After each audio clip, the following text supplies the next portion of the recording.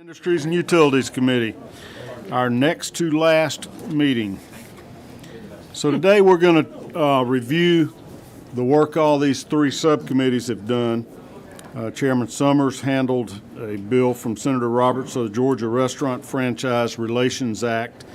That was vetted in our subcommittee, and the recommendation came back that there was no recommended do pass or don't pass because of the complexity of that bill. We're going to let Chairman Summers give a brief summary of the subcommittee action on it, and then Senator Robertson is here to describe the bill and see if any committee members have questions of him. Following that, Chairman Gooch is going to review the Infrastructure and Community Development Act and associated constitutional amendment. And they will make any recommendations they have to the committee. And then Senator Albers will cover Senate Bill 437 that were hemp regulation bills. All three of those subject matters were very complex and required some thought, study, and separate meetings to give the public plenty of time for input on them. We got valuable input on all three of those subcommittees. We also had the Solar Act, Senate Bill 210, that we partially heard last week, ran out of time, and there were people that had signed up that wanted to be heard that had not been heard, so we will complete the public testimony on that bill. Those were probably the four most complicated bills we had left in the committee.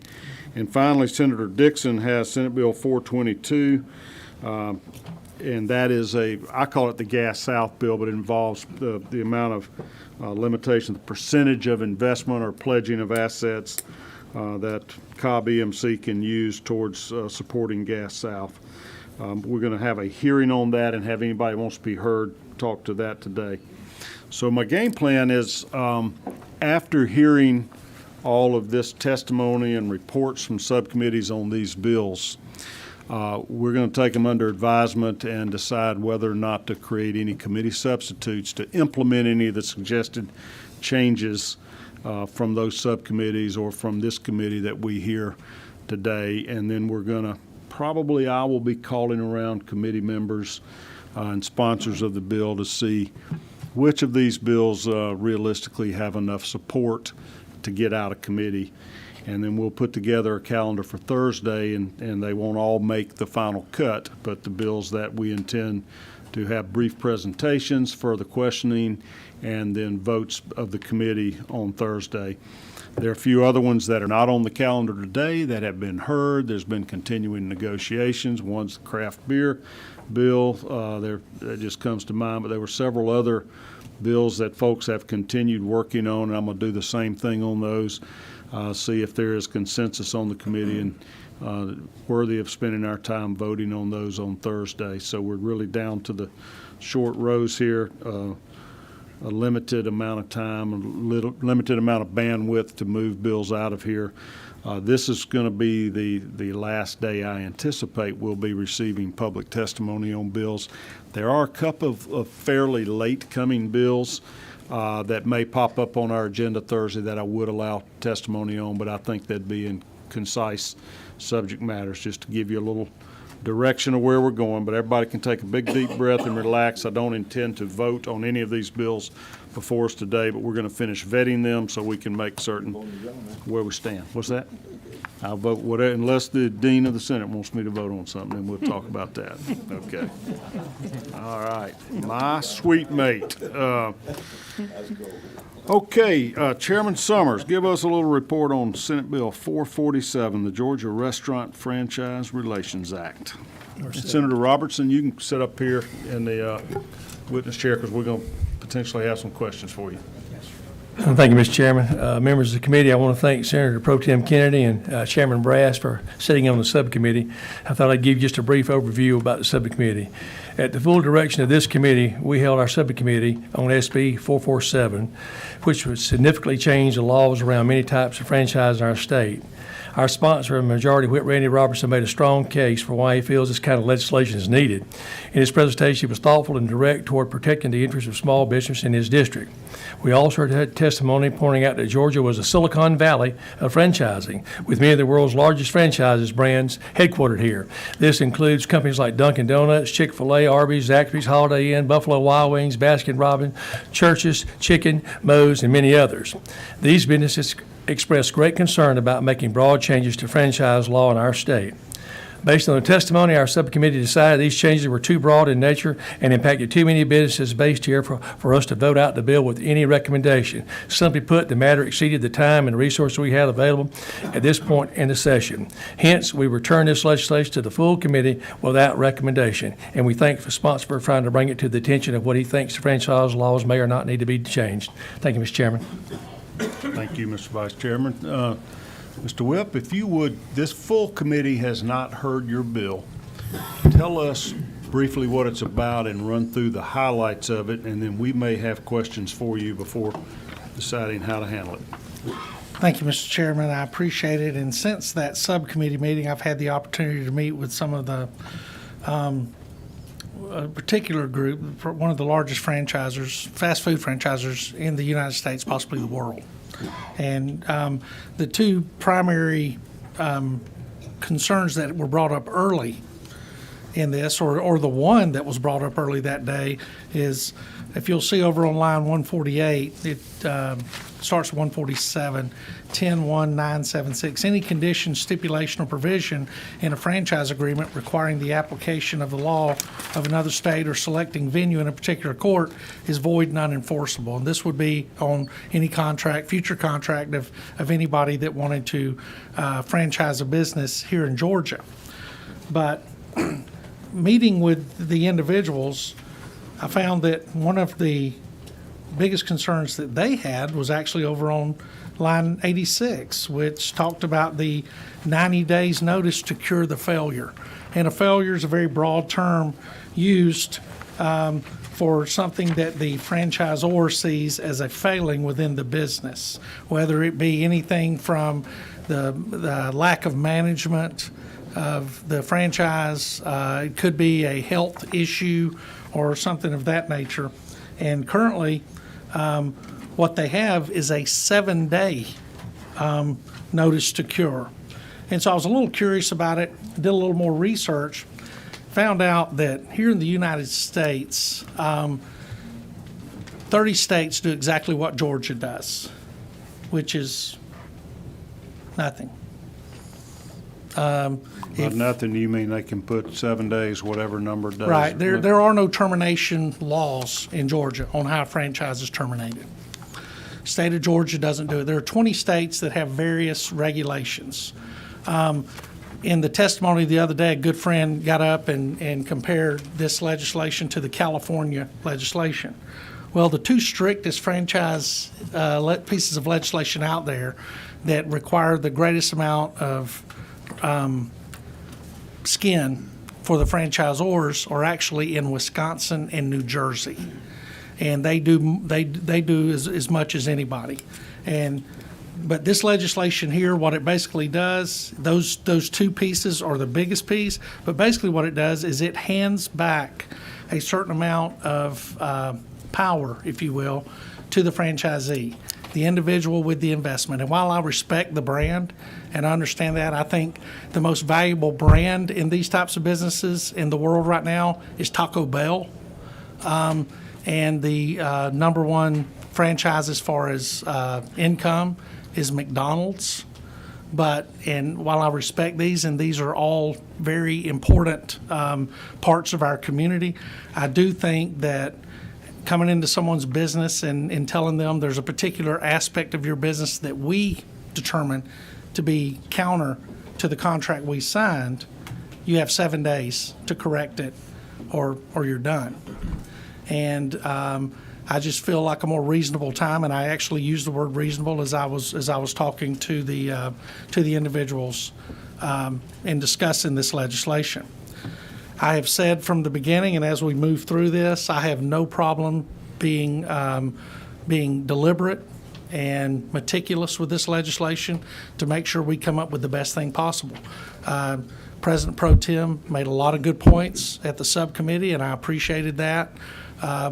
some individuals got a little excited and made some comments from the podium that were not applicable to this type of legislation, basically saying if we gave them more time to cure that, we'd be infested with rats, snakes, and all other kind of, bad people. And that's not the case. I think we have a great infrastructure here in our state that regulates our food establishments, whether it's the local health department or the state health department. I think our response to the pandemic is an example of how well we are at handling health issues. What this basically is that men and women who enter into an agreement with someone, while I fully respect the power of a contract, I think we have to emphasize or ensure that these contracts are fair. And while there is federal law that I've heard a couple people speak to last time, this federal law is very broad.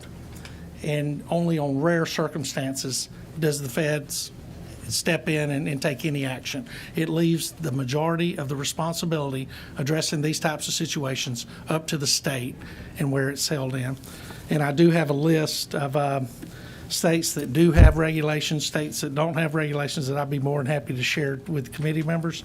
But again, any advice from the committee, and I'll continue reaching to the outside sources, the franchisees that have reached out to us and the franchisors who have reached out to us. The franchisors have been very open to a conversation, and I appreciate that. And the franchisees, several have reached out. I've asked them, would you be willing to come down and testify to that? And to a person, they all said no, just for the reason being that they would be concerned if they spoke out that there would be some kind of repercussions on the other side. And they were not given any terrible stories, but just where they felt that they had no power. So one of the major provisions of this bill, in my recollection from the subcommittee meeting, was that right to cure before being terminated for cause. You would have, in your bill, 90 days to cure any complaints, and they couldn't terminate you during that 90 days. Correct. What was your feedback from the industry as to what a reasonable length of time was? If 7 days is common, I can see that's near impossible to meet. 7 was their reasonable choice right now. And I pointed out in Georgia here, when we do a dispossessory on someone, that's just starting the process. When somebody walks to your door and says, get out, you have appeals and everything else. And while your investment in your home is a huge investment and plays a huge role in your life, in these franchisees, that investment's made in their livelihood, in their businesses. And while I'm very flexible, I'm not 7-day flexible at this point. I think it's extremely unreasonable. And the other major provision, as I recall, dealt with venue, where a dispute between a franchisee and a franchisor would be heard. What does your bill provide in that regard? Currently, the bill I have requires that the venue would be here in the state of Georgia if the franchisee was located in the state of Georgia. The feedback I got from the meeting I had this morning was they did not have a concern with the venue aspect of it.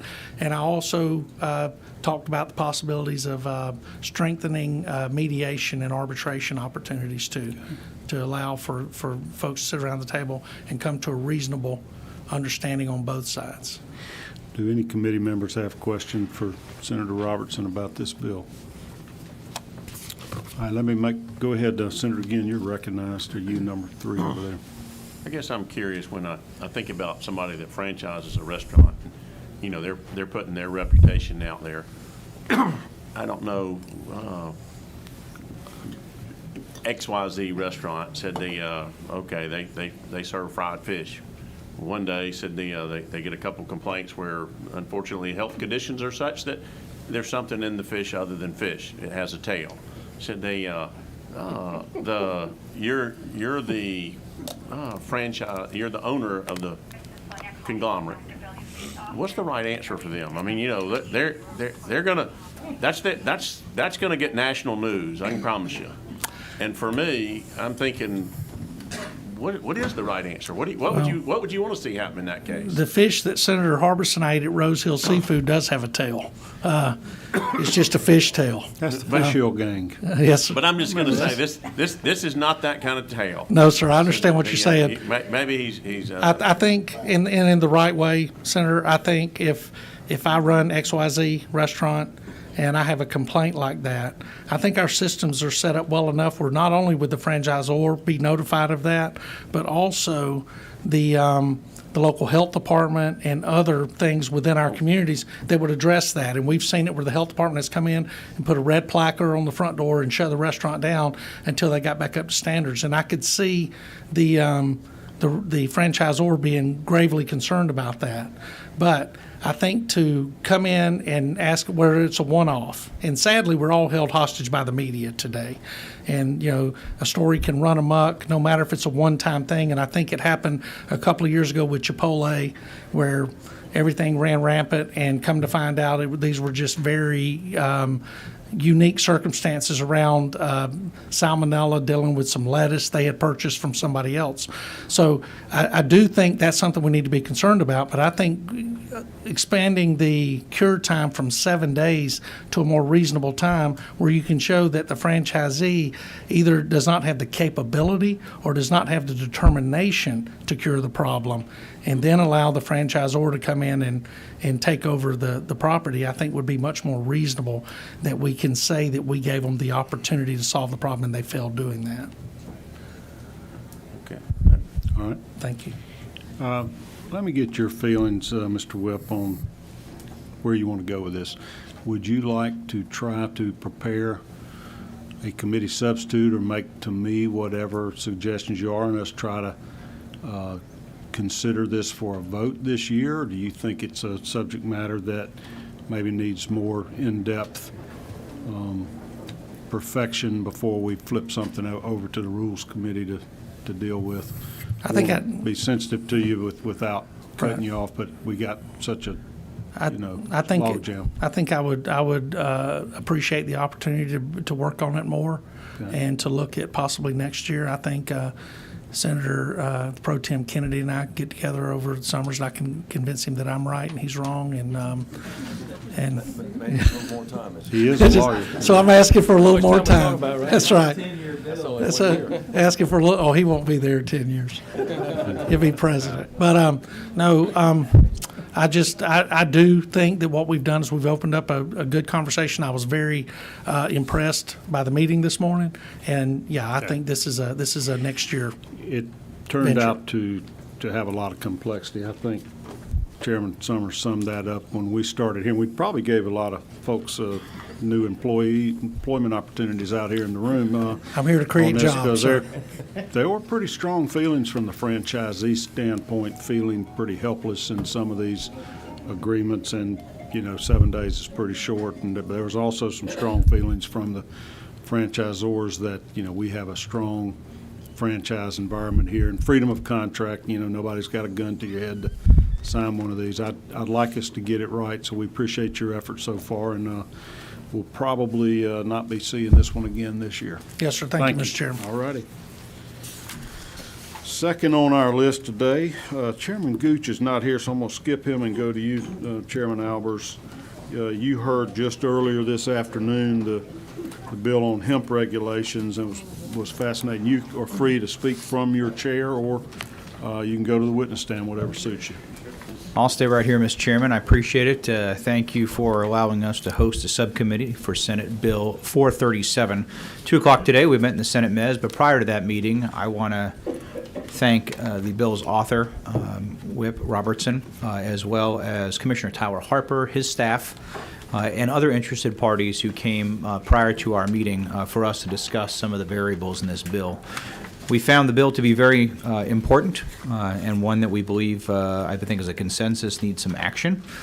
We identified the problems that have incurred after we began the process originally of helping out children with seizures to where we are today. We got to witness some of the things that are being sold throughout the state that are of grave concern. up to and including gummies that are being sold that might be used by children. And it's even on the box or the container it comes in, it says only to take half of a gummy and wait 2 hours. These are very concerning, to say the least. We heard testimony from 7 different people and 1 puppet. Although the puppet did not sign up to talk, so Mr. Scribbles was not allowed to speak today. In reference to the bill, I will let Chairman Robertson take us through his specific items, but I believe as a subcommittee, we found a couple of things that might be appropriate for you to consider as a committee substitute. The first part is capping what hemp is to 0.3%. In case the federal government changes that, and we've heard rumors that talking about taking that as high as 1%, which would be more than 3 times the limit today. There are grave concerns about making that change, and we would like to see that codified in law should this bill move forward.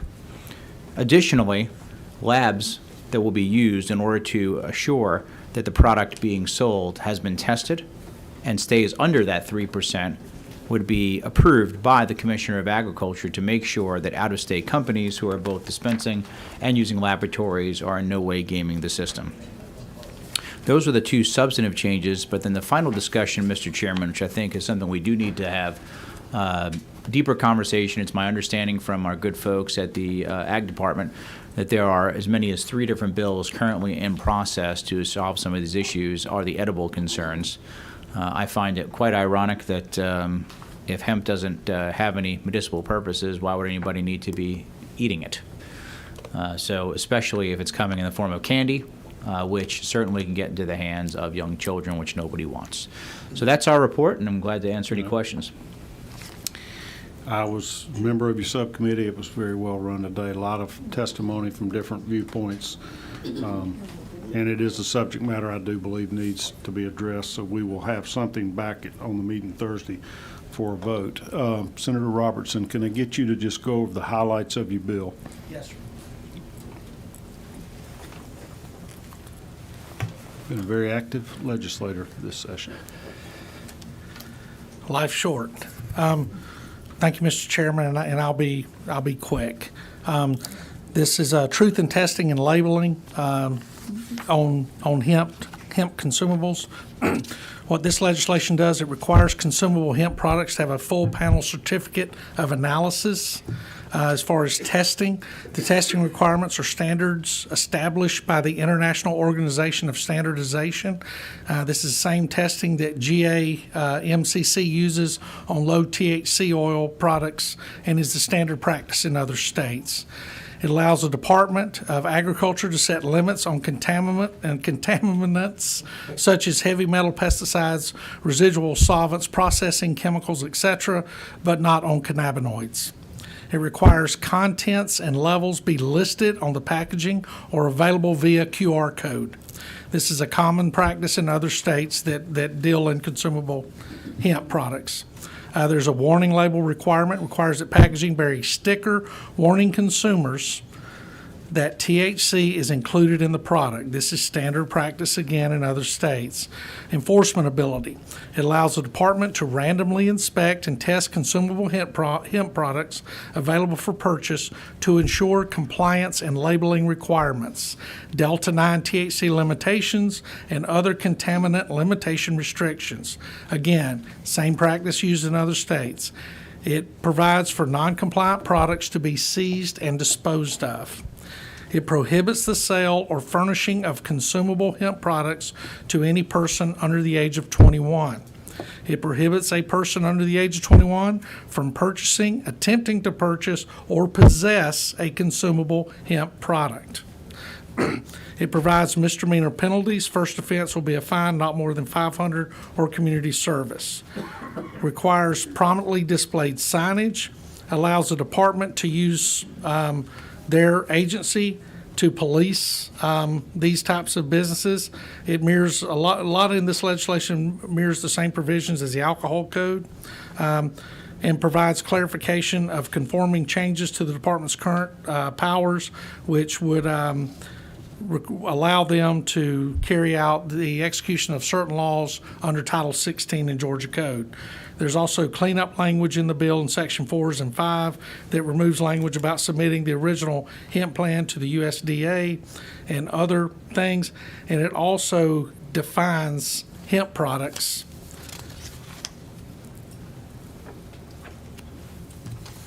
Consumable hemp As a product. consumable hemp product, yes, sir, means a hemp product intended to be ingested, absorbed, or inhaled by humans or animals. And that's a quick overview of the bill that we presented. Why does it in- not include cannabinoids? That's CBD? Yes, I think that's in the other legislation. And again, I think what we did is when we attempted to do what we thought was the right thing with the CBD oils, is we opened up Pandora's box on this particular plant. And there's other legislation that'll look at that, and the department, I'm sure. I just have Yeah. just a little something to add. This is Catherine Russell. Yes, good evening. Catherine Russell from the Department of Agriculture. We wanted to make sure that while we're testing for both cannabinoids and other ingredients, that we weren't put in a position where we would adjust the limits of any cannabinoids in the project, in the testing. So we explicitly removed them so that that power is still vested in the legislature, and we are not trying to step in any capacity. I don't know if that's helpful. Yeah. Okay. So we can set limits on arsenic, but we don't want to set limits on THC. This bill does set a limit on THC to 0.3%. It doesn't allow for the department to set a different, It recognizes the federal yeah. definition of .3. Yes. Okay. Does that 0.3 apply to CBD oils and stuff as well as hemp products? Or are So, they the same? We're getting cannabinoids out of the hemp just like you do out of marijuana? can you rephrase the question for me? I'm sorry. Is the 0.3% limit on THC in hemp products the same as on CBD products that are derived from marijuana plants instead of hemp plants? Yes, Same so- cannabis plant, just the, Any product, if it is above 0.3%, would no longer qualify as a hemp product. At that point, it's marijuana. okay.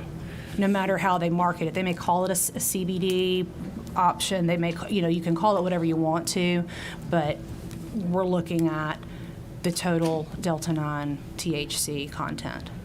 And the Okay. reagents and the testing equipment test to THC. So unique, so it would be THC whether it was in hemp, whether it was in marijuana, or whether it was in the third product. Okay, I've got a kind of fundamental question. Why is it Georgia's job or duty or obligation to test these products rather than the Federal Food and Drug Administration? We don't test all kind of other products that are sold in convenience stores and grocery stores. We don't assume that obligation to protect our citizens from contaminants and drugs, et cetera. We let the Food and Drug Administration do that in most circumstances. Why wouldn't we just let them do that here? Do they ever do it? Are they supposed to do it and they're not doing it? Give me a reason why the state of Georgia needs to assume this obligation to protect their citizens from bad hemp products. Well, I would make two distinctions there. One, the state would be setting the requirements in place, but we would not be doing the testing. Right, that would be required by the seller, whoever is interested in manufacturing or processing and putting that product available. They are required to do the testing and then to keep it on record. And so we would follow up to make sure that that's accurate. We are doing that already for food products. That's the Department of Ag's role. We step in. To do testing? We look for things like pesticides. We test seed. We test produce. That's part of our fertilizer and chemicals. That's part of our consumer protection role. It's actually part of our mission statement. And I think while the FDA has put out many opinions and regulations on this. They have failed to act more aggressively because in the United States, marijuana is still classified as it always has been. And in some cases, they don't feel it's their obligation to test for marijuana and other things. I think that falls to the state. But on prescription drugs, Percocet, antihistamines, whatever, Lortabs, we don't test that in Georgia. We let the FDA do that, right? Well, Or, I mean, it's is coming our- into the pharmacy? Yeah. Yes, sir. I mean, all those things that are sold, does our Department of Public Health or our Ag Department, anybody test drugs to make sure they're safe for consumption, or we just rely on the FDA's approvals? Well, the process to get a drug to market is so detailed and strenuous unless you are able to bring some orphan product out there by purchasing the certificate of testing that was intended for another product. I think they feel that the infrastructure that exists that brings it from the lab into the pharmacy is good enough to handle that. Okay. And We just had a bill in judiciary last week that dealt with a poor kid that died taking Xanax that was laced with fentanyl. And that's the FDA's job, to test Xanax to make sure it's what, they've approved, not Georgia's. And is it now? Or, is that our next step, that we have to begin to investigate drugs to make sure they contain what they say they contain and that they're not, they have contaminants? I'm just wondering the role of state government. well, I think the Xanax did not come from the manufacturer with fentanyl in it. Right, well, a bunch of this hemp junk doesn't either. Right, I mean, well, it's what not I- even approved by Georgia at all, Right. or FDA, right? Yes, sir. And I mean, somebody with a pill cutter or a pill press and an open space in a mobile home could easily create Xanax, lace it with fentanyl, cut out new pills and sell it on the streets. And that's the way a lot of it's done. Other committee members got questions of Senator Robertson on his bill, the specifics of it, or the intent, the generalities? All right, very thoughtful work on this. I enjoyed learning. I do agree with the suggestions that we had in subcommittee today. I'd like to work with you on a committee sub and have it ready to present on Thursday if you got time tomorrow. Absolutely. All right, thank you. Thank you. You got any more bills for us, or you got other committees to deal with? Is the hopper open? No, I'm good. It's just closed at 4. Yeah, it's over. All right. Senator Gooch, are you prepared to report on your subcommittee? You need to catch your breath. Yeah, I can do it, hopefully from memory. Okay. Well, you're up on Senate Bill 435 and Senate Resolution 533 that your subcommittee, I think you had a couple of meetings reviewing those. Hang on, let me get you turned on good there. You ready? So we had two meetings, last Thursday and Friday. Had a lot of discussion from members in the audience. The chairman went through the bills, both the constitutional amendment and the enabling legislation, discussing the CDDs, community development districts. I think there was a lot of questions answered on Thursday, and then again on Friday. We had two other members of the subcommittee that weren't there on Thursday. They came in on Friday and had a lengthy discussion on those two bills again. We did take a vote at the end to recommend with conditions, and the conditions were to create a sub to where the school systems would have a seat at the table, and I'm paraphrasing for the most part here. The concern from a couple of the members was that if you had a massive development, a mega development of, you could say a number of homes, 1,000 homes, mixed-use development or what have you, it would have a significant impact to a community and especially a school system. And the thoughts were that the schools should have some say in that development and how it would impact the schools. So I think the direction the committee gave the sponsor of the bill was to go over the weekend, work up a sub that would address the concerns of the subcommittee and bring that to this committee. And I don't know if that sub does that or not. I think that would be up to the senator that sponsors the bill to explain how that addresses the concern of the members. Now, I see 3 of the subcommittee members here today. They can add to this conversation if they want, but the official vote was to recommend with conditions that would meet the suggestions of the members of the committee. So, did you get all that, Chairman? I got everything except these new conditions you got in mind. You want to tell me what they are? Well, I'll let Senator Dolezal unpack it because he was the one that had the idea of allowing the schools to have a seat at the table. And I wouldn't call this an impact fee type designation, but it's similar to an impact fee to where a project of this significance could literally shock a school system. If you had 4,000 or 5,000 homes, and we use the example of the Village in Florida. I've never been there, but I've heard a lot about it over the last 20 years. If someone came in to develop a project of that size in any county in Georgia, it would have a significant impact on a local school.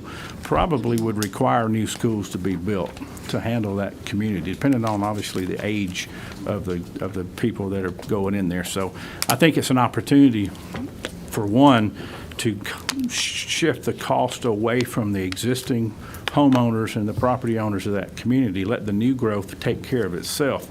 I do think the idea of a CDD has a lot of merit. I think it's an opportunity to invest hundreds of millions of dollars in infrastructure, and instead of paying for all that up front, you would basically amortize that out over a 30-year time frame or a 20-year time frame through the issuance of bonds. And so I think the idea to develop in the future big projects, you could do that with this type of legislation. So I'm not opposed to the legislation, but I do believe the school systems have a justified concern that needs to be met. And I hope if we move this bill forward today, those concerns will be met by the members that was on the subcommittee. So if you would allow Senator Dolezal, he can elaborate a little bit more. Before I move to him, did the school boards testify before you? They were not present in the meeting that I'm aware of. All right. How about the county governments or the city governments? The local governments seem to be somewhat supportive because most of the infrastructure that gets built by these CDDs will eventually be transferred over to the local jurisdiction. Don't have to be, but I think that's sort of the underlying intent is to, at some point, hand the keys over to the water plants or the wastewater plants, the sewer lines, the sidewalks, the parks, whatever the infrastructure is that gets built. I think at some point the local governments could basically inherit it. They don't have to. That would be totally up to the local governments to negotiate that with the That's not true. with the developer. Is that not correct? Not on roads and sewer. All right. If they build the roads to the If it's gated. to the specs, yes, all gated roads are private. Right, but not if they just build a regular road and bond it. All right, let's let you tell us your views on it, Senator Dolezal. You were on the subcommittee. I'll give a 90-second version of what this does. I'm not sure if everybody knows it. This would be an entirely new type of development in Georgia wherein a developer would bond infrastructure costs that would allow them to build roads, parks, amenities, schools, et cetera. They would be paid back in a separate assessment by the homeowners. You'd form a you'd form an entity that would have assessments. So if you live in a CDD, you have your monthly mortgage payment, then you would have your monthly CDD payment, maybe even a monthly HOA payment that would be separate from that on top of your tax bill. What I found as I was just reading the bill is actually the CDD can perpetually take on bond debt. So you may never get out. So in other words, not just a 30-year. They could bond a pool renovation if that's what they wanted to do. My primary concern, because let's be honest, these are going to come to my district, Senator Gooch's district, maybe Senator Gannon Brass's district first, because these will allow for larger scale developments. This is largely a play for national home builders. What we have seen in Forsyth County, and it's the reason I'm pushing impact fees for schools, is developers come in. The only reason anybody wants to move to Forsyth County, the primary reason people want to move to Forsyth County is to get in the school system. Developers come in, sell 500 houses. They don't have to build a classroom. They don't pay any school impact fees. They overload a school, and now the locals have to figure out how to go out and pay for a $100 million high school. And we've had to do that numerous times over the last 10 years. One way that I would see to improve this bill is not to allow for schools to be part of what's paid for, but to require schools to approve the existence of the CDD. Because unless they have that leverage, it's my opinion that the county or the city in the approval process of the CDD is going to say, great, we'll approve that. You need to build the roads, you need to build the sewer, you need to build all the stuff that we'll appreciate, but maybe not the schools. I think that the author and the team working on this have made some clarifications to make sure the expenses can be set such that the schools can be an expense. But what I've seen is that counties don't really care about what happens to the overcrowding of schools and when they're approving these kinds of things.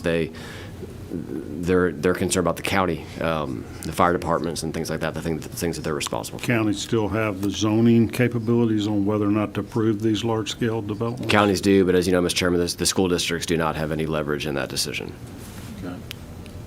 So right now, what happens if your county doubles in size in the next 10 years and you need 2 new high schools? The state and the school district have to figure out how to pay for it, and for us, that's usually through some sort of bond debt at the municipal level that we have to go out and do. And we've been in that perpetual debt cycle, which is why my community is screaming for impact fees so that local residents don't have to pay the cost of a developer to come to town and do business. But all these new houses that are full of little kiddies going to schools are also paying new property taxes to your county Correct. and to your school Correct. district. Okay. Senator Ginn, your bill, would you like to give us a little additional information about it in case other members have questions for you? I'd love to, Mr. Chairman. I think everybody here recognizes the high cost of housing. Doesn't matter what part of the state you're in, we're looking at untold job growth. We're looking at, Georgia is a hot spot. It's the best place to live in the country. And for me, when you start looking at housing, you got to figure out, okay, how do we make that more affordable?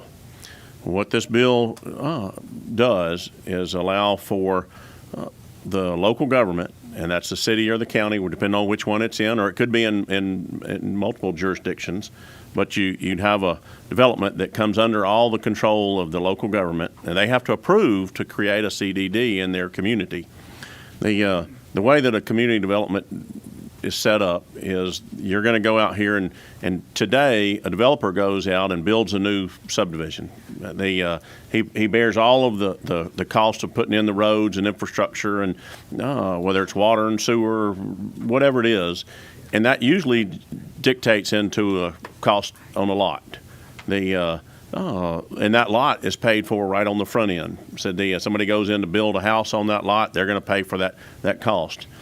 It means their financing is pretty well booked up right when they get there. A lot of people can't qualify to build a new house or buy a new house because of the immediate cost. What this allows is for that developer to go in and work with the local community to create a community development district. They go bond for the money, and that money is going to be used to build the infrastructure. There's an agreement that's going to be worked out between the local government, said city or county, to what needs are in there, whether it's roads, whether they need a fire department, whether they need wastewater, water system, whatever the case may be. All of that is worked out in the community development district. That payment that is made, they assess each of the properties in that community development district so that they're going to pay for that infrastructure over the next, as Senator Goot says, 20 or 30 years. To me, the savings to that are a couple-fold. One of them, they're not having to come up with that high purchase price on the front end for most people that are having a time struggling on, here's where my payment's going to be, and my down payment for a house and those kind of things. The other thing is that when you're doing this, the people that are borrowing that money said they know it's going to be paid back with a tax lien. And a tax lien is one of those things that you look at it, and as a banker, that's going to be a lower interest rate. So that's going to lower some costs. Not a huge savings, but it's going to lower the cost of development and the cost of housing for those people that are living there. And I understand when Senator Dolezal and I talk, hey, it is one of those situations that right now school systems cannot build. You can't go build on what you think your growth's going to be. You got to build on what your student population is, and that's why we're always lagging behind. And that's one of the things I want to work with to try to address that somewhere in the future. How do we address that? That's not this bill. This bill is basically to lower the cost of housing. Because we are a great place to be, this bill will help people get into a planned development. They work with the local government, finance that over time, get them into an affordable house. And one of the things that based on the comments that we had, we went through and made several changes in the bill. You have a substitute in your folder right now that address public input into that for public notification for the schools, that what's going on with the schools. I don't think in this bill we want to try to dictate that will the school system get something in this type of development that they don't get in any other development. That's one of the issues. Tell me, what is it about this device that is unconstitutional currently? Why do you have to change the Constitution to permit these? These are apparently prohibited by the Constitution in some way. This creates another political subdivision. Said it filtered down below the local government, below the city and the county. And so for me, I'm not the constitutional lawyer. Said I may ask maybe John Watson can address that for me if that'd be okay to. We'll get to him here in just a little bit. Senator Dolezal has a question for you. It's in this same vein. Help me understand how this lowers the cost. Other than the down payment, which I can understand that.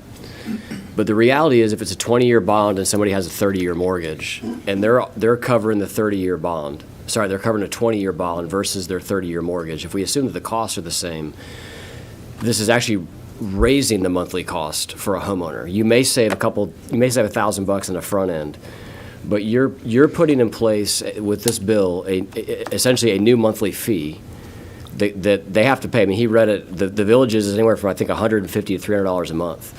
And here's so just help me understand that, because I think that unless you're somehow and maybe it's an arbitrage of 100 basis points of 10 basis points on their bond rate versus a mortgage rate. But man, we're splitting hairs on that to say this is lowering cost of homes. This is similar to, if you're familiar with the CPACE bill, which we're talking about. That's for commercial industrial properties.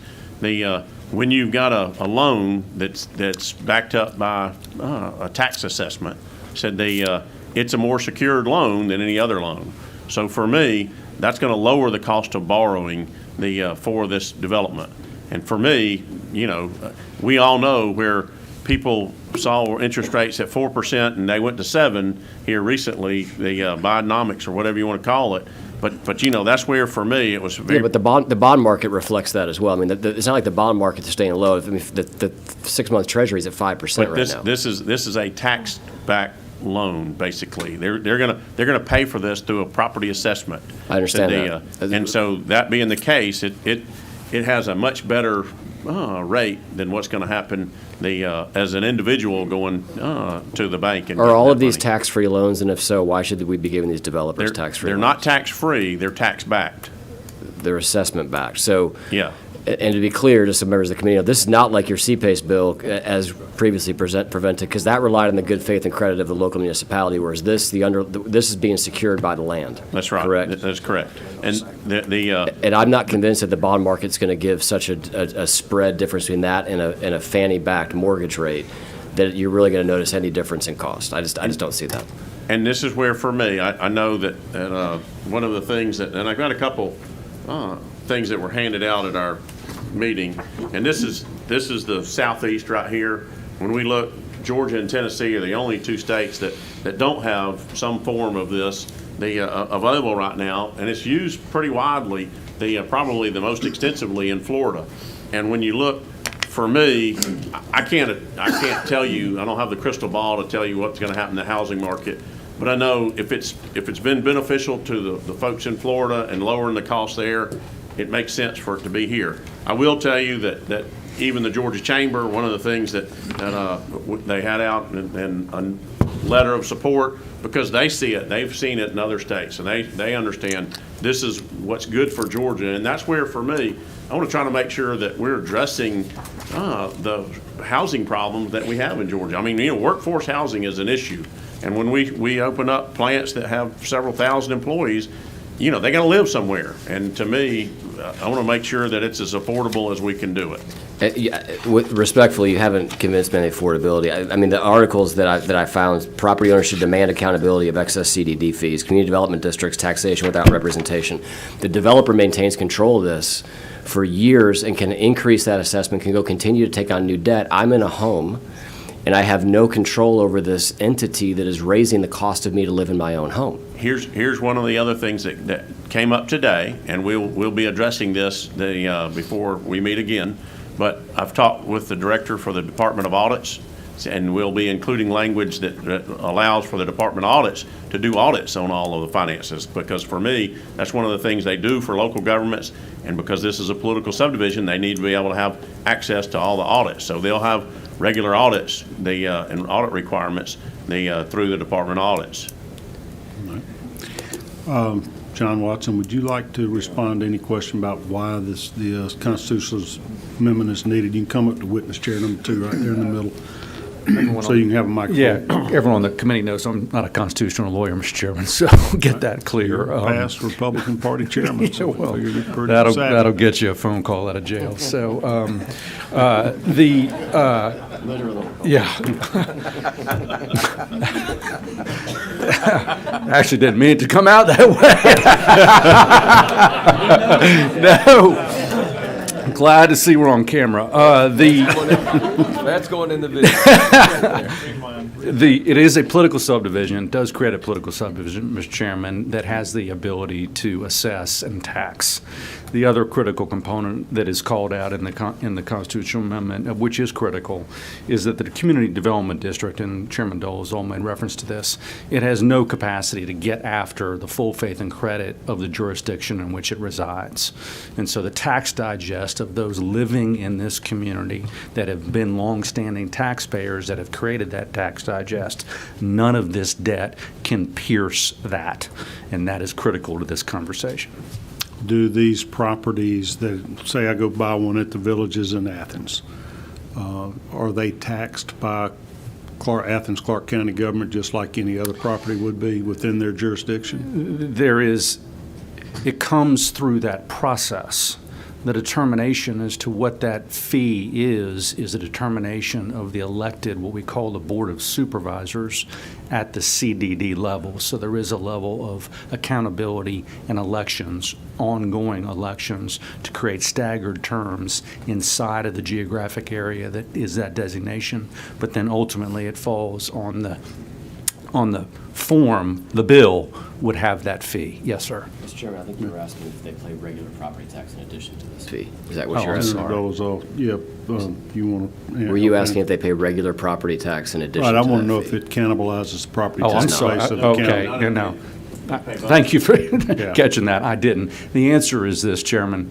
This is after any existing ad valorem local taxation. It comes on the back end and is not eroding or detracting from any existing revenue source to local government. Including school board taxes? Any existing local government taxation, yes, sir. So back to my question, why does it need a constitutional amendment? Because we are creating a new political subdivision? Correct, yes, sir. That we're superimposing upon city governments and county governments? We're giving it the ability to tax. Right. So we're creating another level of government in the same area. There's already That's correct. yeah. potentially a municipality and a county government, Yes, and a sir. state government. That's Mr. Chairman. Hang on one second, let me light you up there. Senator Ginn, go ahead if you can help clarify. Mr. Chairman, said this can only be created with the support of the local government. If the local government doesn't want it, it doesn't happen. Okay. Said that's one of the things that the city or county jurisdiction that they're in, it doesn't occur unless that community wants it. And I know that, if I can, Chairman, Senator Dolazon, I had a conversation about this and a thoughtful one. I mean, the reality is that this would allow for a very granular conversation at a school board level with local government to discern what the pupil infrastructure need is. It does not call out the specific requirement of a sign-off from the school board. It does not currently have that. However, for the first time, and we injected this language, the school board would have to have the process, it's called a petition. You have to ask for an application. That petition process has to have some things in it that are remedied and discussed at the local level before they approve it. And we inserted language that would make certain that educational facilities, that the load that those educational facilities could bear would be a part of the discussion of whether a petition could be granted. Again, I'm not suggesting that that's an outright yay or nay signature on that application. Obviously, that's not the case. But nonetheless, I do think it is material. Other questions for Senator Ginn or Mr. Watson? Senator Lucas. By needing the constitutional amendment, aren't you really dedicating money? After taxes and everything done, you're doing an assessment on the homes, which will go back to pay the bond costs. Yes, sir. So that's the reason, basically, you need the constitutional amendment, because you are going to put a fee on top of what the taxes are. Yes, sir. All right. Good catch. Any other questions? I will admit that I'm intimidated by the complexity of this. I'm told by you that I voted for a similar bill in 2008. A conservative lion in the state Senate voted for this. Yes, sir. And the citizens of Georgia, voted it down. On the 5149, that's correct, sir. It did. So it is not just a cookie cutter. We are persistent. I believe the time has come for a redo on this, and that's why we're raising our hands. Senator Ginn, is there evidence that these surrounding states, other than us in Tennessee, have lower housing costs as a result of using this feature? I think they tell me in real estate, it's location, location, location. So you're saying no? I don't know that you can determine all the factors that go into real estate, but I do know that given the same criteria, this one will give an opportunity to lower that housing cost. The one other thing, Mr. Chairman, if I could, I'm not an economist, but it is documented, I believe, that Georgia, like the nation, has a supply problem of residential rooftops. If you make the argument that this would facilitate more rooftops being built and more supply of housing, then I think you can make a marginal economic suggestion that you could bring prices down. You either bring prices down or profits up for these I think developers. Depends on if they lower the price as a result. Senator Lucas or agreed with not, me, sir. Senator Ginn. Yes, sir. We have one meeting left. It's on Thursday, and today's Tuesday. If you're going to have all these meetings and get anything to me, you got till about 2 o'clock tomorrow to do it, and I can't promise you we got enough force here to go forward or not, because I'm juggling priorities, who's going to have time on Thursday. What I'm going to do, tell all of you committee members, is I'm going to come around to each of you on the floor tomorrow, and I'm going to have a little checklist, and it's got 7 or 8 bills on it, and I'm going to ask you, I'm not going to make you give me a blood oath or swear you under oath or anything, but tell me, are you in favor of acting on this bill or not? Because I want to get a count, because I'm getting all kind of crazy whip counts from the room on these bills to see if it's the urgency of these matters, and maybe do we have any, kind of agreement or consistency on the committee of where we feel. Okay, so get me the final words so that I can, if it's going to pass muster, that I can get it together for us. Okay. Thank you, Mr. Chairman. I will tell you that I'm looking at checking my phone periodically just to see where the recommendations in the amendment, they were trying to work through that for the department audits. And I don't know, I believe you got some of them here in the room, said that may want to address or may, but Well, they had their chance in subcommittee, or else y'all can take it up offline. We're not taking public. We've got hearing their here. language and working on that sub, yes, sir. Okay. Y'all are great. I'm going to try to plow ahead. We are actually out of time, but I got two other things, and I want to hear real quick from Senator Dixon on your bill, Senate Bill 422. Thank you, Mr. Chairman. Ashley, if you want to come forward, if you think you might need to help, or would you be the appropriate person, or you got some other? I've got Kevin. Okay, we got the big dogs. Good to have y'all. Tell us what you got. Yeah, working off of LC 365686. Committee members, I bring before you a bill that has to do with EMCs here in Georgia. Over 20 years ago, the legislature deregulated natural gas. There was a provision that capped investments that EMCs could put into its gas marketer to 15% of the EMC's net property, plant, and equipment, the fixed assets of the EMC. This provision does not apply to marketers such as G&G or SCANA that are not owned by EMCs. This bill would raise that cap from 15% to 30% of the fixed assets of the EMC. This tracks with inflation over the past 20 years. The cost of securing pipeline capacity, transportation cost, and storage have all risen substantially over the past 20 years. Also, interest rates remain high currently. I'll use, there are 4 natural gas marketers in Georgia that are owned by EMCs. I'll use Gas South and Cobb EMC as an example. And they're being able to access Cobb EMC's parental guarantees lowers the Gas South borrowing cost while allowing Gas South to give more money back to the EMC members. Lowering the borrowing cost allows marketers to continue to grow. And Gas South, they've been in business for 18 years and serve over 450,000 residential, business, and governmental customers, and they want to continue to grow, and they're growing rapidly. And this legislation would help them to continue to do that. And I've got Kevin and Rudy here. Kevin's from Gas South. He's the CEO, and then Rudy is with Cobb EMC, if you've got any questions for these fine gentlemen. I got a couple questions for you, Kevin. 4 different EMCs have their own gas marketing divisions, so to speak. That's a yes. Yes, Okay. that's right. We got people Yep, listening. gotcha. I'm not trying to cross-examine you there, but I did need to have a verbal response. Yes, sir. Your guys are clearly the biggest, right? Yes, that's right. Okay, and in addition to Gas South, or Gas South, does it own gas marketers all throughout the Southeast or the nation? We are actually just Gas South. We did acquire a company named Infinite Energy that had some operations elsewhere. We still use that name in a couple of markets, but largely we're all marketed under the brand Gas South. And what is your region now? Is it broader than Cobb EMC's footprint? Yes, sir. So we serve customers all through Georgia, state of Florida, Carolinas. We serve some industrial customers in the Gulf Coast and some commercial customers as well in Ohio and in New Jersey. Okay.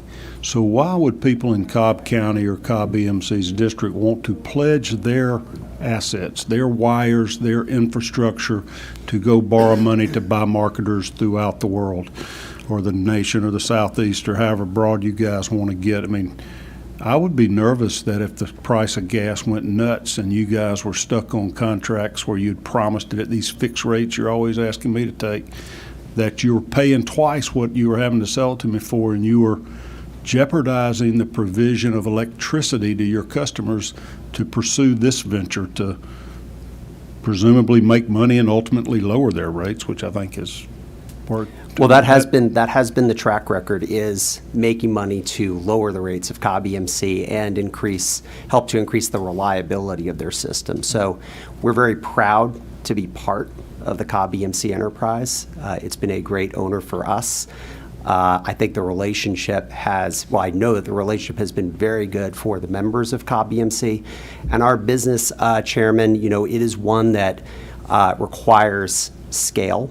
There are a lot of fixed costs in our business. As you grow, there's the opportunity to do even better, bring more jobs, bring more financial strength to bear. And so we've been able to increase our dividend sequentially for the members of Cobb EMC. It's a company that's never lost money in our 18 years of operations, which I'm very proud of. I want to keep it going that way. But we also have been able to provide a dividend to Cobb EMC, which it uses to keep its electric rates low and its service and reliability high. Okay. And for us to continue that growth trend that we've had, this is a limiting factor. You know, having that limit of 15% 20 years after the market was made competitive with everything that's happened with inflation, with prices, and with other things, it's just really keeping up with the times. And we feel that that will very much accrue to the benefit of the members of Cobb EMC, which Rudy, as the chairman of the board, represents so well. So do you obviously need or want to borrow more money?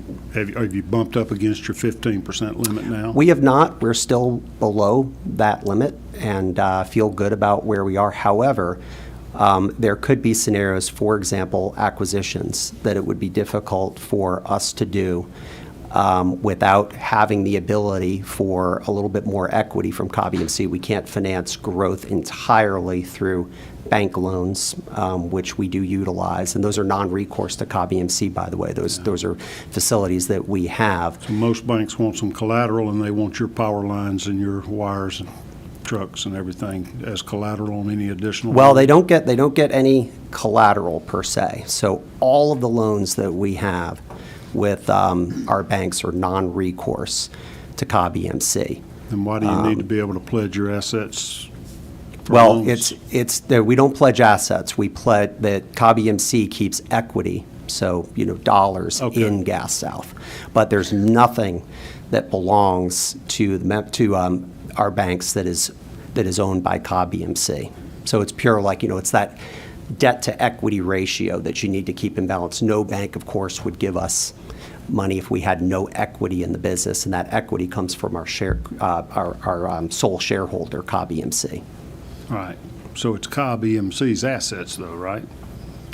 I mean, where's the equity come from? There, y'all got $1 billion sitting in the bank, or what's the equity? Cobb EMC would have cash in our business. Why not just spend your cash on your acquisitions? Why do you need to borrow money? You're We have borrowing to against your own cash in the borrow bank. money because we have working capital requirements. We have natural gas that we need to purchase. We purchase that gas in advance of delivering it to our customers. Then our customers have time, of course, to pay us. So all of those working capital requirements are things that require us to have a credit facility. We also have to have a credit facility to hedge our obligations. So everything that we do at Gas South, we operate under a very strong risk management policy. Part of that is hedging every position that we have. What that means is regardless of whether prices go up or down after we enter into a contract, we are financially insulated from any changes in gas prices. To be able to do that, you also need to have capital that you can utilize in exchanges or with various financial counterparties. I'm fascinated by the carve-out for just gas marketing services. I mean, you don't own pipelines for gas or anything. That's right. And I wonder why EMC should not be allowed to pursue other business ventures that they could make profit on.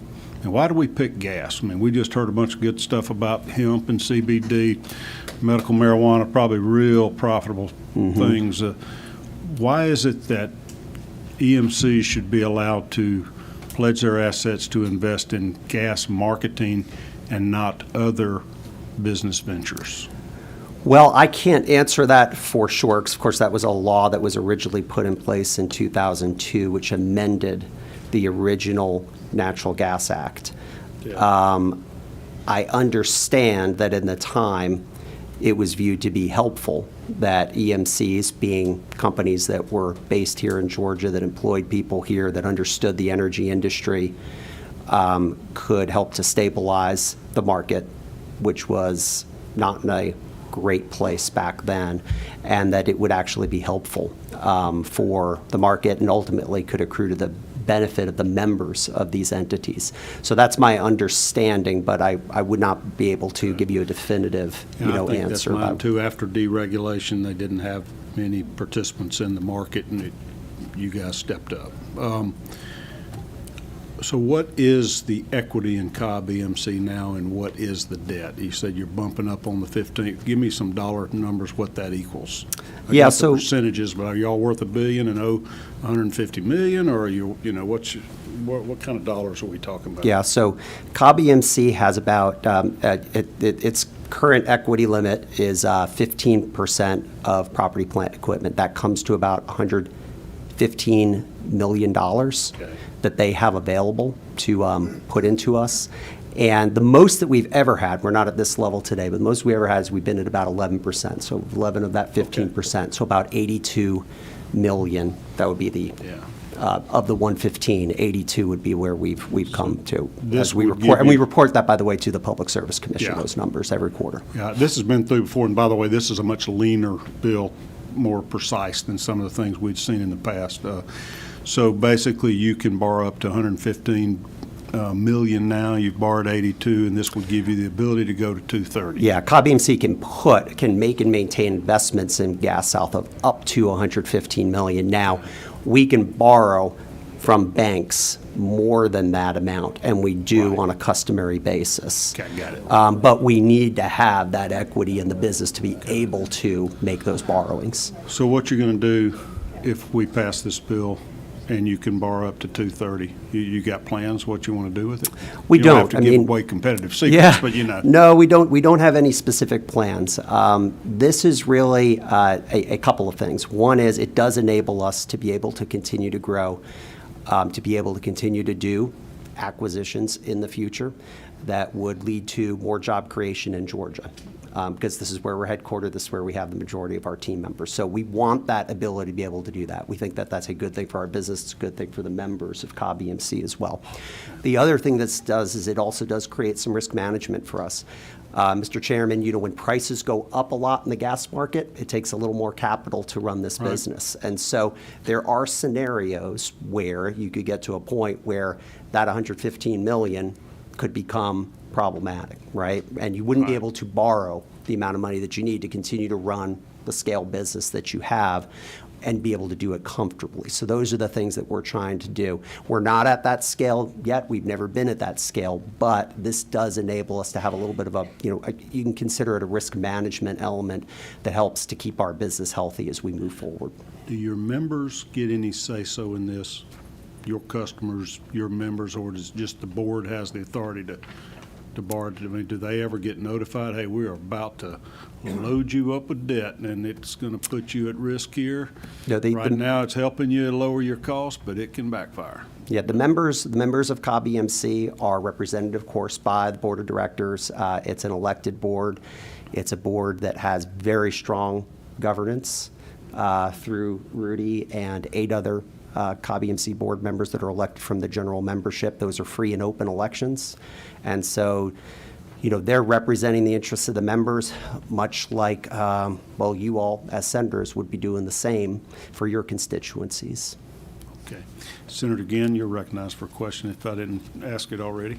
Thank you, Mr. Chairman. So the couple things, and I actually think, Mr. Chairman, the foresight for Gas South to get into the gas business with Cobb EMC or Cobb EMC getting in the gas business with them was really brilliant, because if you could paint a crystal ball and you look, Georgia Power followed suit when they acquired Atlanta Gas Light, the Southern Company, and then you look at where our energy sources in the country have gone.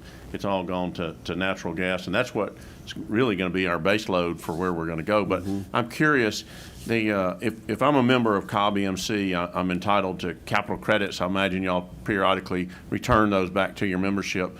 As a consumer from Gas South, do those individuals receive a capital credit for being a consumer of Gas South, even though they may not be a member of Cobb EMC? So they don't receive, the customers credit. of Gas South don't specifically receive a capital credit, but all the members of Cobb EMC have had an accelerated capital credits retirement program that they've benefited from, that has been in part funded by the dividend and the profits that Gas South makes, that it remits back. We are 100% owned by Cobb EMC.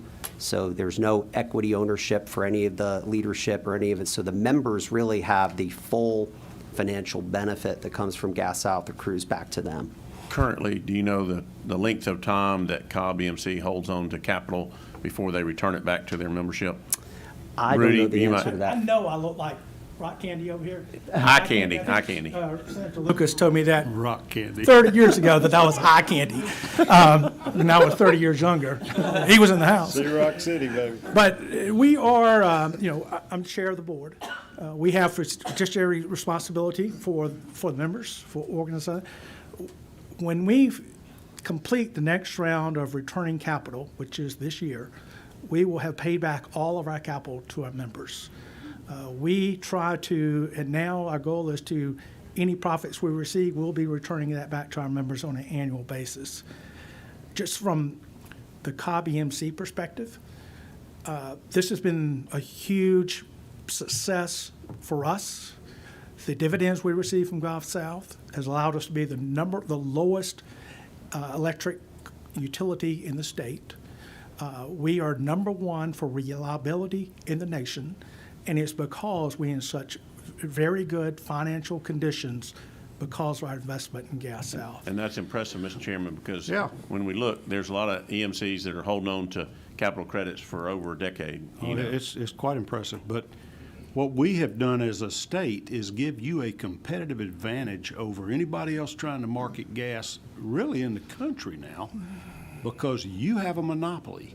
We do not allow anybody to compete against you in the sale of electricity in your territory. And we don't regulate the prices. PSC doesn't regulate what you charge. You're a cash cow, so to speak, and then we're allowing you to borrow money against assets that were meant to provide electricity, and that we gave you a monopoly to do, that you can go outbid other people for Infinity or pick the next company that's on your hit list. That's weird. I'm amazed they're not in here raising sand saying, why is the state of Georgia allowing the assets that were intended and given to provide electricity to a certain geographic region this competitive advantage against us? Now, they're obviously not from Georgia, so we're not as worried about them. But I don't, not going to disagree with the senator for sure, but we benefit hugely from them. We actually, I think, are penalized the fact that we got the 15% cap, because we could potentially grow more and return more back to our members. And again, as you said, we're not pledging any capital assets to help the company. Matter of fact, when we initially bought Gas South, all that has been returned for us. So our investment is purely, it's above, it's a cash thing now. Well, it's equity, but It's equity. your equity, part of your equity is your capital plant, right? Mm-hmm. Okay. But if you also look, in addition to some of those national statistics, our debt ratio is better than just about any co-op in the country. Okay. And a lot of that is because of the investment we have made in Gas South. Senator, again, you're recognized again. Mr. Chairman, one of the things that we've been through this with some of our internet service providers, we've allowed for the EMCs to jointly work for their members, and that's where, for me, there's a difference between an investor-owned and a co-op.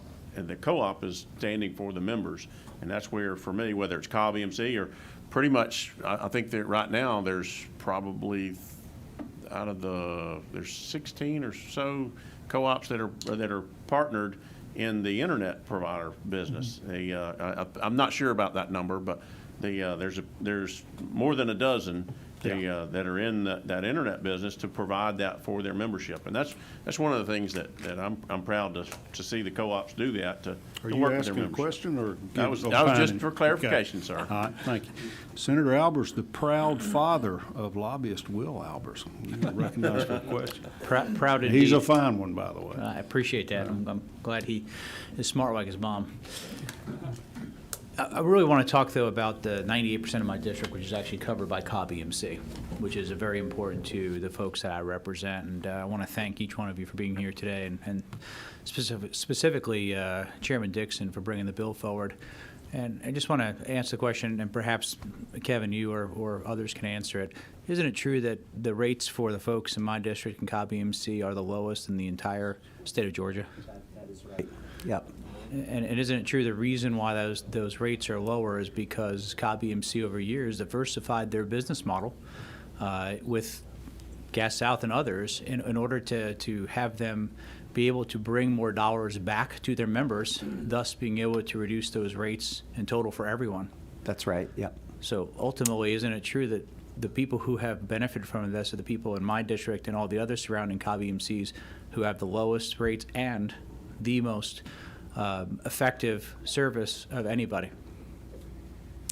That's what the stats say. And I would say that also, I want to give credit to the folks at Cobb EMC too. They do a heck of a job of running a great electric system. But we are proud to be part of that story. There's no question that that Gas South has enabled, those sorts of statistics to happen year after year. Well, and so, Mr. Chairman, the reason I'm asking these questions is the people in the 56th district who I'm honored to represent have the most reliable and the lowest cost power of anywhere in the state of Georgia.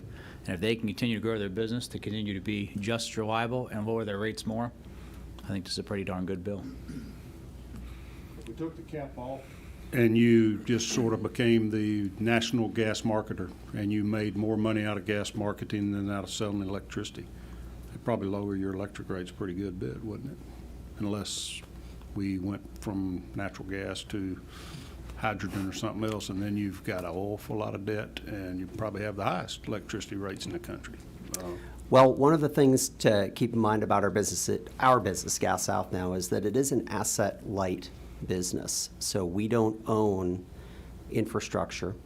So we're not owning the pipelines. We don't own the storage facility. We have access to those. We utilize them, but they are operated and owned by other third parties. So when you really look at, the type of investment at risk, so to speak, for our business, I would deem it to be a pretty low, relative to a lot of other businesses, like an electric utility, a gas utility, for example. When you go buy another gas marketer, you're just buying their book of business, their customers, basically, right? Well, it'll be their customers. It will typically be personnel that comes with that. It will be systems, technology systems, supplier relationships, other things, but not hard assets. That's true, sir. All righty. Senator Dixon, you have any concluding comments? I plan to have you on the calendar for action on Thursday. Okay, thank you. I knew this was a little complicated. I want to make sure we're educated. Any further comments? No, I think we've covered it well. All right. I'm sorry I didn't have your mic on. All right, thank you. I hate to have to, because how many people, how about a show of hands out there on who wants to speak on this solar bill that didn't get a chance the other day? 1, 2. I'm gonna hear from y'all. We are really out of time, but I think you've been patient enough. Mark Woodall, Sierra Club, you are in favor of this bill. Let's hear what you got to say. Thank you, Mr. Chairman, members of the committee. My name is Mark Woodall. I'm the legislative chair of the Sierra Club, the nation's largest and oldest environmental group. We are supportive of 210, and I actually had one new reason to be for it. It's something the committee needs to be aware of. We kind of worked ourselves into a power supply crisis in Georgia. The 2022 Georgia Power Integrated Resource Plan anticipated less than 400 megawatts of growth between the winter of 2023 and the winter of 2030-2031.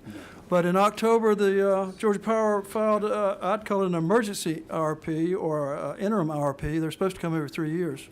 So we got this new IRP, and it anticipates growth of 6,600 megawatts, 3 times the capacity of Vogtle 3 and 4.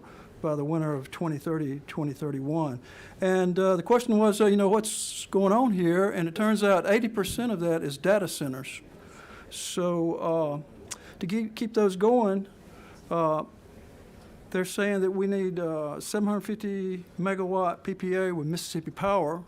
The only thing Mississippi Power has got extra out there is an old coal plant, Plant Daniel in Moss Point on the coast. So the folks in Mississippi are going to have an old coal plant running. And they're not too happy about that to meet the data center demand in Georgia.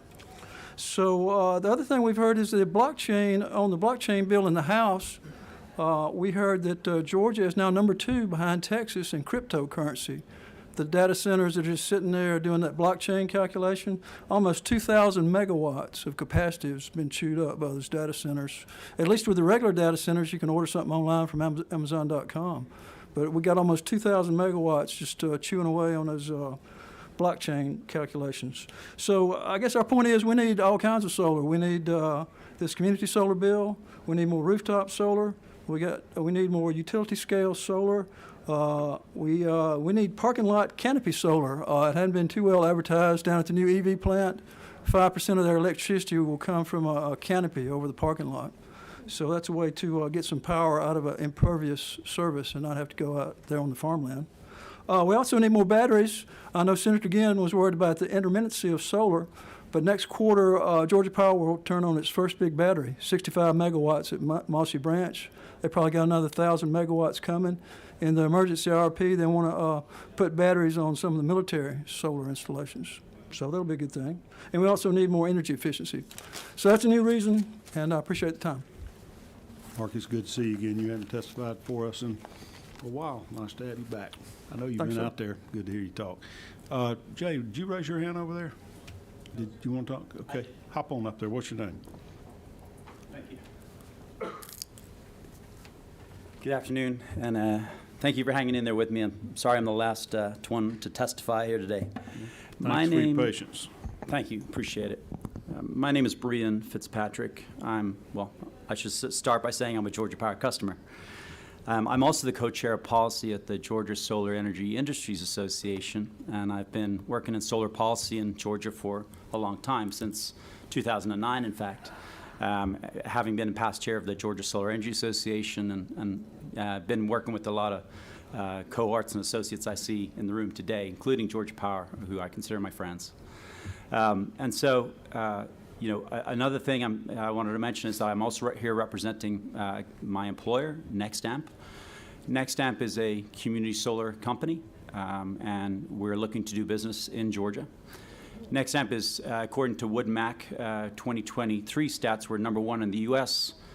For community solar project development and ownership and operation. So we handle all the customer acquisition of these projects as well. We're in over 20 states, and we have over 65,000 retail subscribers to our solar projects. So I mentioned the Georgia Solar Energy Industry Association that I represent. That represents over 480 companies in Georgia, over 5,000 employees in the solar industry in Georgia, many of whom have to go outside the state to do their job. I think it's pretty significant. So, as you can recognize, I'm in favor of this bill, and I wanted to talk about some of the benefits of community solar. And also, last week when we were in this room, I heard a couple of questions that I don't know if those were answered, but I'm happy to answer those today in relation to how does it all work? What is the flow of money? So I'm happy to answer any questions at the end. But, a couple things I wanted to get across today. As the gentleman from Sierra Club just mentioned, Georgia is facing a severe energy deficit. I mean, you can talk about the data centers, but you only have to go outside to see how many electric cars were on the road since last week. It's increasing with the amount of electronics we have. There's many different reasons why our electric energy burden is certainly going to rise. So what NextAmp and other companies are looking to do, private investment is looking to come into Georgia and finance additional clean energy resources instead of ratepayers. So solar, as we all know, is not a baseload power. However, it provides energy during peak loads when utility needs it the most. So private investment will inject billions of dollars into the state's economy, and this is going to come through economic development of construction of facilities that brings jobs, that brings local and domestic supply. And also the operation of these facilities. That's obviously jobs for the maintenance, but also lease payments to rural landowners, and importantly, property taxes. We know that solar is in over 80 counties in Georgia now, and so we're looking to increase that. But these community solar projects are only 6 megawatts. These are middle scale, we'll call it. They only take up to 30 acres. So distributing that wealth around Georgia as opposed to building these mega plants, these mega utility scale plants, is what we're looking to do. So right now, Georgia Power customers don't have access to solar savings. I mean, I don't know how many people in this room have solar on the roof or subscribe to Georgia Power's community solar program. But, by our standards, community solar is solar projects that provide benefits to all ratepayers and gives all ratepayers and all customers the opportunity to get those benefits. And so that's what the promise of community solar is. It's giving equal access to everybody to solar energy savings. So this program will provide badly needed savings to residential customers, many of those living below the poverty line, renters and property owners who may not have suitable roofs for solar, tax-exempt entities like churches, schools, public entities, who really have a duty to provide the cheapest, most reliable form of energy to the communities and also businesses. So I did give a packet over to, and I see it's actually sitting here. I don't know if it made it to all of you, but would it be possible to hand those out to the senators? We'll put them in everybody's folder before a vote's taken. We'll do it later, Doc. Yes, sir. Yeah. Thank you, Chairman. I appreciate it. I wanted to talk briefly just about how a community solar project works. How do we develop one, and how do we get to the end here in just 7 simple stages. Solar company begins the development, applies to be a subscriber with the Georgia Public Service Commission under a regulated process. So solar company submits interconnection application to the utility and works through the study phase with Georgia Power. Solar company builds this project with private investment again. And solar company then identifies community solar subscribers and signs them up. This is a no credit check is required, no monthly subscription, and it's a cancel anytime arrangement. So subscribers then receive a utility bill from their utility showing the kilowatt hour credit that's applied to their account. The next step is they would also receive a bill from the solar company that shows a value of those kilowatt hour, the credit that was applied to their utility account. And typically that's a 10 to 20% discount. So that's really what this promises, is that discount. Subscribers that has now received energy at a discount, as well as contributing to cleaner, more reliable power without ratepayer investment. So, a couple of pieces here. This bill is not a deregulation bill. We are relying on the PSC to regulate this industry under this territory. And there's also arguments of cost shifting. Again, in this bill, it shows where we are asking the Georgia Public Service Commission to regulate and to put a additional cost onto these savings and onto the pieces that the end customers will see, that charges them for the ability to use the network, to distribute the power, and then, of course, get savings from the community solar projects. So happy to answer any questions about that, about the flow of money, about how these projects work. Sure. I recognize Senator Lucas for a question. Question for you.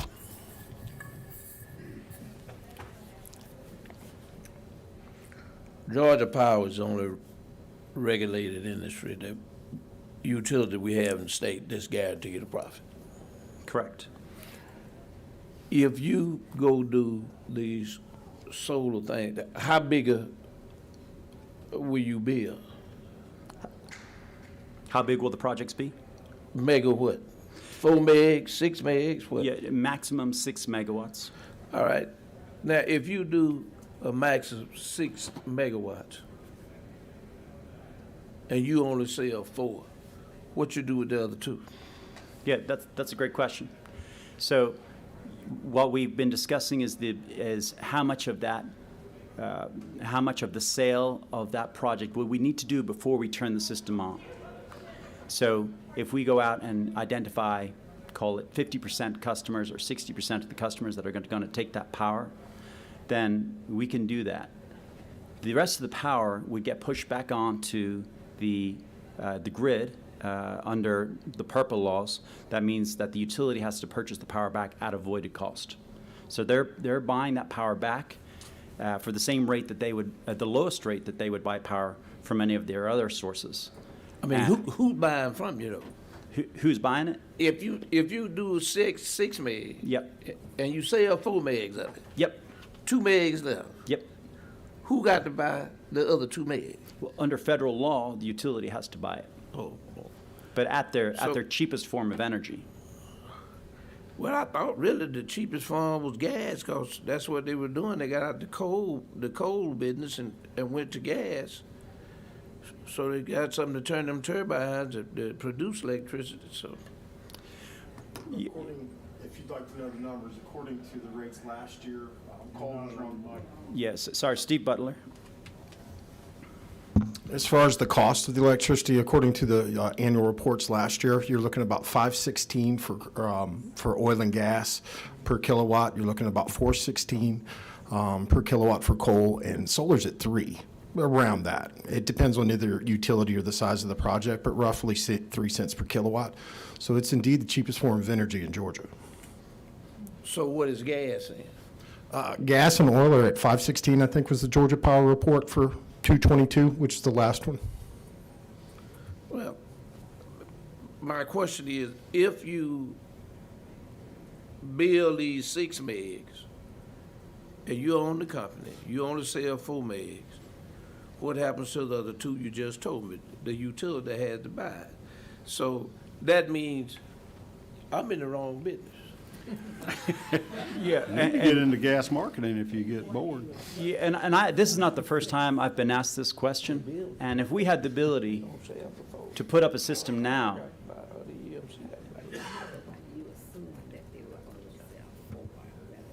I recognize yeah, Senator Kennedy has a question for you. yes, Spur it on. Yes, sir. Thank you. Mr. Fitzpatrick, thank you for being here. I want to follow up on Senator Lucas's question. So in the example he gave, the 2 megs of the 6 that are not committed otherwise that Georgia Power has to purchase from you, you said those are purchased at avoided cost. And so the company that owns the solar farm is paid a per megawatt price that is essentially Georgia Power's avoided cost to produce that kilowatt hour at that time. Is that right? Correct. So can you give me an average of perhaps what avoided costs are, or what solar companies get when they sell electricity on the grid, just a range of cents? Between 3 and 4 cents per kilowatt hour. Okay. And that would not be enough for us to build a solar project and go out and just sell it on avoided cost. Right now, under FERC rules and under PURPA, that gives us the ability to do that. But there's no market here for that. We could not finance our projects under that regime. So if you get 3 to 4 cents per megawatt hour, per kilowatt hour. per kilowatt for the 4th or the 5th and 6th, right? What is the anticipated price that you would sell the first 4 megawatts at a per kilowatt price? Between a 10 and 20% discount on what that retail subscriber is currently paying for energy. Okay. Call it 10 cents or 8 cents. Okay. So under this model, 8 to 10 cents per kilowatt for the first 4 megawatts, and then 2 to 3. Yeah, and it will be dependent on the subscriber, what rate class they're currently in. Obviously, they're coming to us looking for a savings, besides besides it being clean energy. So who sets the price for, back to this example? Yep. Who sets the price per kilowatt for the first 4? The Public Service Commission. And is that totally within their discretion, or are there certain guardrails or metrics that are baked into the bill that would tell the Public Service Commission a range or how they would approach this? The only metrics that's built into the bill is that what the bill is trying to achieve is it's trying to provide savings to the customer. So as long as it's a viable project. And we have the bill drafter here if we want to elaborate on that a little bit more. Okay. One point I did want to make for Senator Lucas, in the 20 states this is operating that have all achieved savings, it has a 98% subscription rate. So you're not having a whole lot of this going on as far as the excess energy being sold back. And the reason is they can't operate unless they can offer savings. Think about it. If somebody wants to sell you a product and they can't save you money, why would you do it? Well, listen, we talking about money. That's all we talking about. And if it's profitable for me to go in business, and if I can do it, and then I'm gonna lose, cause I can't sell it all, but I built it out, I'm not losing. You got to buy it. Make a big difference. Yes, sir. That is accurate. Thankfully, though, because of the way the programs have been set up, with 98% utilization, there's just not a whole lot of that happening. The program is meant, we're talking about money, we're talking about saving money for All right. ratepayers. I got two more. Somebody has to buy it if you don't sell it. Yes, sir, yep. And that's the only thing I'm saying. I'm looking at it both ways. Solar energy, you got solar panels. The sun do it. Free You resource. get your energy. Yep. You know, I mean, in the county, we've got a solar thing that we sell to the folks. Yep. All right, thank you. I want to call Mr. Chris Stevens, and is Jonathan Roberts here? Okay. He was patient the other day, and we didn't get to him.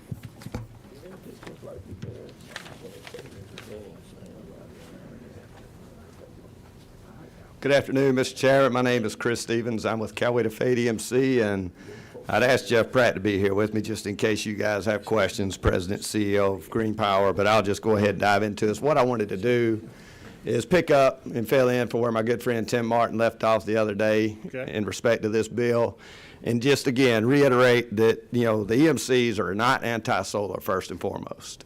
And in fact, we are united in opposition to this bill, Senate Bill 210. And I'm sure, like you're asking, why would we oppose a bill that we're not reading to as written? And so that is a great question. We believe the provisions of SB 210 would do substantial damage to the structure of Georgia's electric market, and ultimately it would harm Georgia EMCs and our consumer members across the state. The solar industry advocates have made three very definitive statements while testifying before this committee and the House Utilities Committee this past week.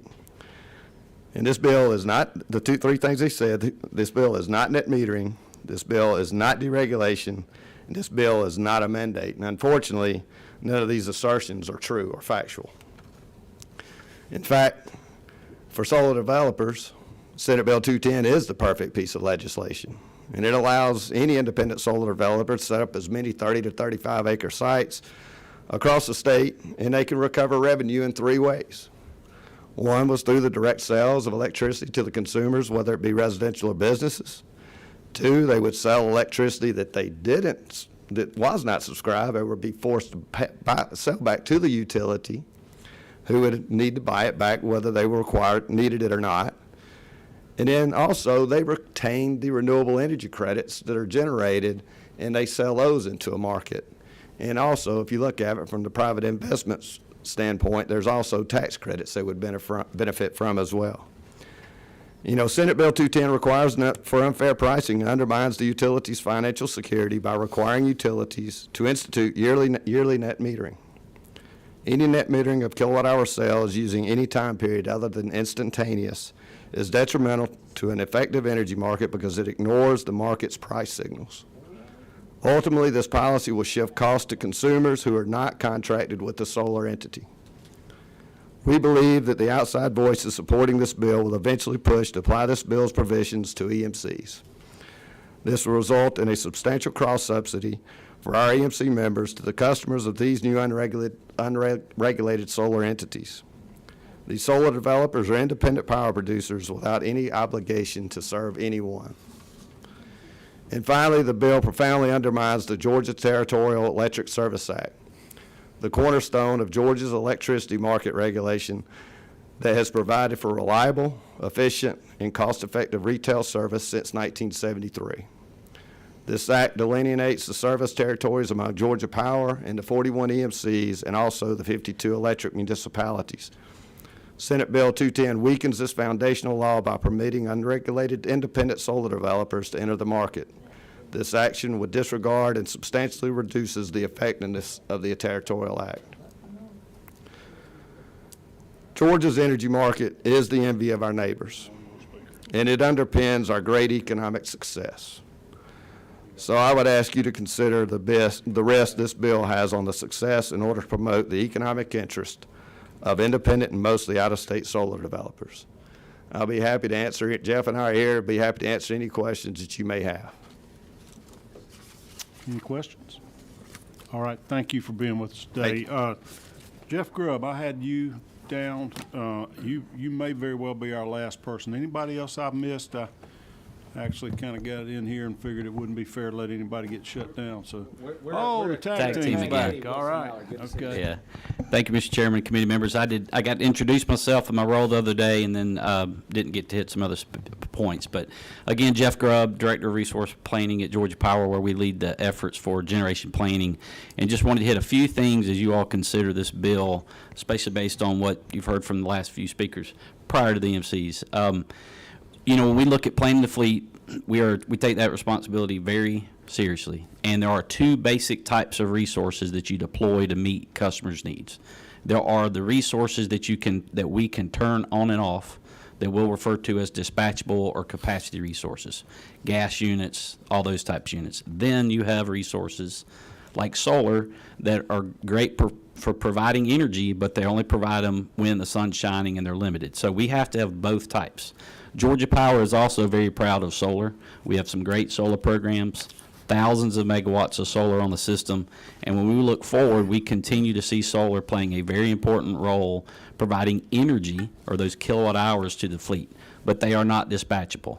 And so some of the comments made here today are that Georgia's in an energy crisis. That is not true. When you look at last month, on January the 17th at 7 o'clock in the morning, the Southern system and the Georgia Power system set the highest winter peak demand that we've ever had, and we served all of our customers' needs. That is because of dispatchable capacity resources. The 23 IRP update that the gentleman mentioned earlier is not about serving current load. It is all about the need to add dispatchable capacity resources to allow the state to continue to grow.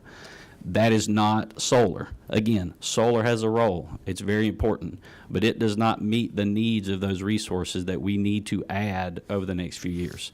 And so the IRP update is specifically about dispatchable capacity resources that can meet that. So as you consider this bill, this community solar program will not contribute to meeting that reliability need in any way for two reasons. Number one, solar contributes very little to a cold winter morning, but then also this program, the contracted resources, will not have a relationship to Georgia Power at all. So we can't plan on it. It's not a contract with us. So it could provide some energy to some subscribers, but from meeting the needs and the reliability needs of Georgia Power's customers, we would not plan on it, and it does not avoid any capacity in that manner. So as you consider the bill, this does not help the need to have reliability resources to continue the growth in the state. So wanted to hit that point as the planner, and I know Mr. Mallard hit a few points the other day, see if he's got just a few more. Sure. Thank you, Mr. Chairman, committee members. Given the late hour, I'll be brief, but definitely want to make Mr. Grubb and I available for questions. This bill is not in the best interest of Georgians as it relates to adding solar. As Mr. Grubb said, Georgia Power, we're completely in favor of solar. It's a big part of our mix. It's a big part of our future. It's just the mechanism that this bill would procure solar by is not helpful. And as Mr. Grubb said, it actually is going to make the capacity needs bigger. We can't count on this solar at all because we would not have a contractual relationship. So just to echo the points of that our EMC brethren made, this bill, from our analysis, will absolutely raise costs. It's going to cause costs to go up for all customers. It's also going to shift cost. That means customers that participate, their bill will go down. Customers that don't participate, their bill will go up. Now, the reason that's going to happen is because of the way utility rates work. We have to collect for the entire cost of the grid through those electric rates. And so when a customer subscribes to a community solar provider as proposed in this bill, they're going to now pay that community solar provider a portion of their bill that they would have before paid to Georgia Power. None of the obligations go away. As the solar lobby's made really clear here, Georgia Power is still on the hook to provide reliability, to provide storm restoration, to provide customer service. So we're still the provider, but yet now some of those revenues are going to these third-party unregulated solar providers. Those costs have to be recovered from somebody else, and that's the cost shift that we just can't support. I know there's been some information relayed that the Public Service Commission would have the ability to prevent some of that. Just by my reading of the bill, I don't understand how the Public Service Commission would have that ability, given the fact that it says in the bill that they're specifically not regulated. These providers, these are not sales of energy. So by my reading of the bill, it seems like it's almost a guarantee that there's going to be cost shifting. And I'll just point to line 160 on the last page, page 7 of the bill. The guarantee that says that the credits will not, that the cost of subscribers will not exceed the value of the bill credit, that in itself guarantees cost shifting. That guarantees that subscribers are going to pay less and those costs will be shifted. Wilson, would there be a way, let's say community solar, I mean, they're willing to build out some solar power. I'm going to call them farms. They don't sound that big at 30 acres. Could they sell directly to y'all without having to go through this whole subscriber deal? Yes, they can, and they do right now. And that's another really good point, Mr. Chairman. Georgia Power has a really active market right now for distributed generation. Projects under 6 megawatts, we run regular RFPs, commission-approved requests for proposals. That's where we go to the market, and then the market bids their best projects. We have an RFP on the street right now. We had significant response. We've got another one coming up later this year. So that process already exists. To say that there's not a market for solar in Georgia is not true. We've got over 500 distributed generation projects to over 300 megawatts, and it's really active and vibrant. What the bill is calling for is for those projects to be paid at the retail rate. And the discussion was just a minute ago. What is the effective rate that these solar developers will be paid? That rate, by the way, by my reading of the bill, is not subject to review by the Public Service Commission. That's completely between the subscriber and the solar provider without any regulation at all.